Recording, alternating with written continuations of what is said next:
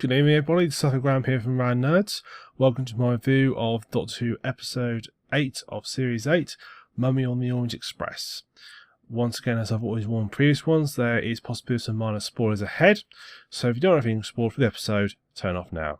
So Mummy on the Orient Express, the Doctor and Clara, after their little bust up last week, he decides to take her on sort of one last, as he puts it, one last hurrah, in an attempt to sort of basically have a go at a bit of a blast. And he takes her to a replica of the Orient Express, but it's in space. And it flies through space on a sort of intergalactic tour. But all's not well. There's a mysterious mummy afoot that wanders around and killing people, and only they can see it, and it kills them within 66 seconds. I have to say, as a premise, I thought it was what I would consider classic Doctor Who. Quite a simple premise, but it was done really well.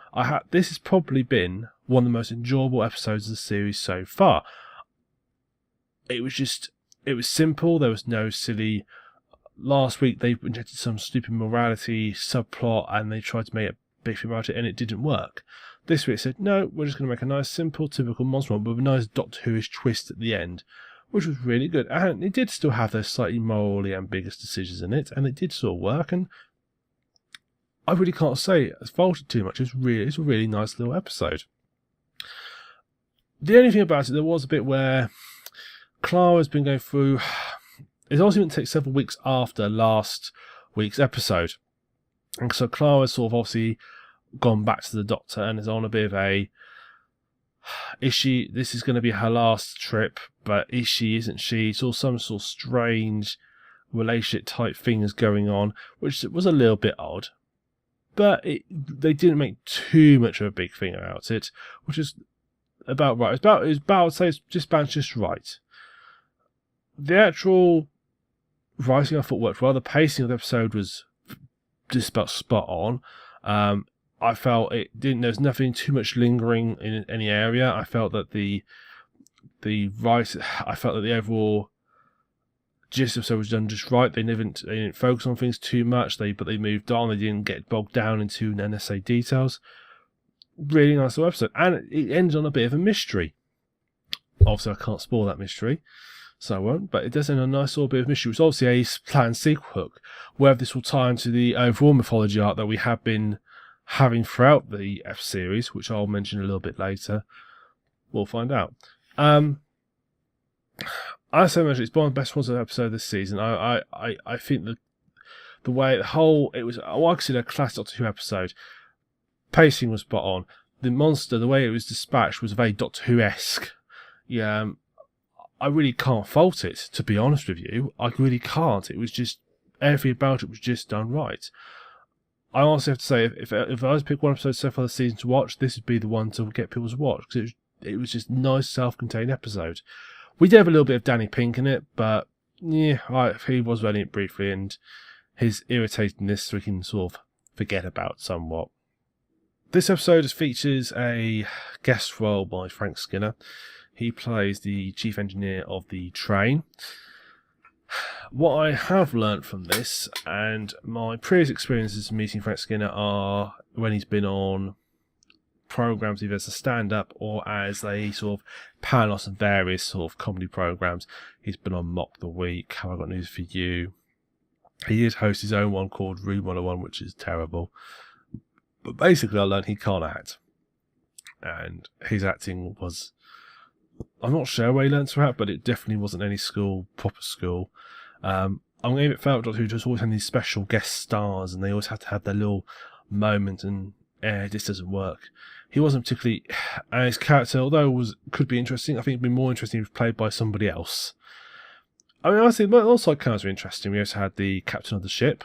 He is quite an interesting character. We had the alien mythology sort of professor. Only briefly seen, but you get a nice sort of interest behind him, which is quite nice. We also have this other woman who her mother gets killed at the very beginning of the episode by the mummy, and she's a bit distraught for it all, but she acts as a soundboard for Clara and her relationship with the Doctor, which I thought worked okay. It felt a bit forced, but otherwise it worked quite well. So some nice guest stars, but Frank Singer can't act. Sorry, Frank. production episode was actually quite nicely done. Some nice little touches in there. The actual mummy itself was really good. I thought the costume looked good. It was the right mix of creepy and mysterious, just the right balance. And it one nice little touch it did have was whenever it comes on screen it's going to attack somebody, a countdown appears on screen and it counts down to the moment they die, which I felt worked very well to build tension. It was a nice little directorial touch. Really nice to see it, and it's I sometimes like it when Doctor Who does these sort of random inserts from other series. It makes me think of the episode 42, which was 42, where basically they were against a clock for 42 minutes. The time is actually quite work out if you actually watch the episode. It's meant to be 42 minutes, but the time doesn't work quite right. So, but it was, I thought, a nice little touch. The sets look good.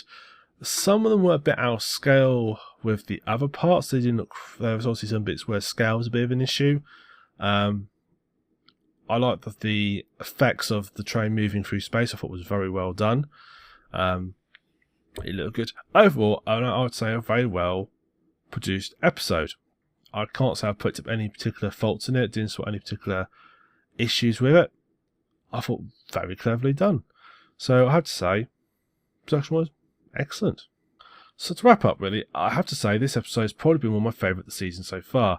I thought everything about it was well done. I liked the storyline was just right. The production was good. Apart from the slight problems with Clara and her boyfriend, which I didn't really want, didn't care about, and the slight sort of will they, won't they, strange, odd relationship that was going on. You'll see what I mean if you watch it. And Frank Skinner, which are all minor nitpicks. Overall, it was like a proper classic Doctor Who episode. And this is basically what this series has been crying out for ages. They didn't build up the monster and then shut it down, do some bizarre thing like last episode, or go some strange morality tale.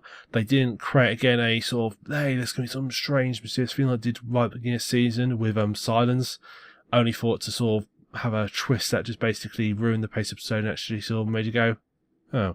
It was really nicely done. Hope that the sort of style will carry on for the rest of the season. One thing I have noticed, the myth art that they sort of set up early on, and looked like it's going to be sort of a regular thing with Missy, where she has she actually like supposedly in heaven and keeps picking up things, seems to have been semi-abandoned. We've not seen it featured, despite the fact it had opportunities to feature in the previous episodes. And just, I wonder if it's been filmed but being cut for time. It feels really odd that they've sort of started it and then just sort of almost forgotten about it. Perhaps I just want to force down people's throats too much, but I think it'd be nice to sort of see the actual idea, sort of just to keep it fresh in your mind of this random person waking up in heaven with either her or one of her associates, just to keep it fresh with mine. Feels really odd, and there's been no further drip feed of information about it. So when myth arcs work, when there's a little bit of a drip feed of information, when there's no drip feed at all, and you cut it off too much, people lose interest in them. I felt the X-Files did this somewhat when they did their big myth arc. It lost its progression. You sort of lost interest in it a little bit. And same with when they've done it in the past, that sometimes they don't give you the right level of information to sort of keep you interested in going along with it, and you lose it. So, a bit odd. I do wonder if it's been filmed, they've cut it for time. That's what I really do honestly believe. And it'd be interesting to see how it reappears in the future. But I'm not going to let it track from the episode. I have to say, this is probably one of my favourite of the series so far, and it might well be towards the top of my list, if not the top of the list, when I do my end of series review at the end. Well, thank you very much for watching. I've been the Suffolk Gram of Rand Nerds. By all means, if you enjoy us, why not subscribe to our YouTube channel. We do gameplay reviews, let's plays. We do a bi-weekly podcast, which you can come join and watch us on as we live stream it. We've just done recently. You can watch the playback of it in your own spare time. By all means, come and subscribe and if you want any comments, by all means, comment along and we'll look into them. So thank you very much for watching. I look forward to seeing you next week. I've been the Suffolk Ram. See you later.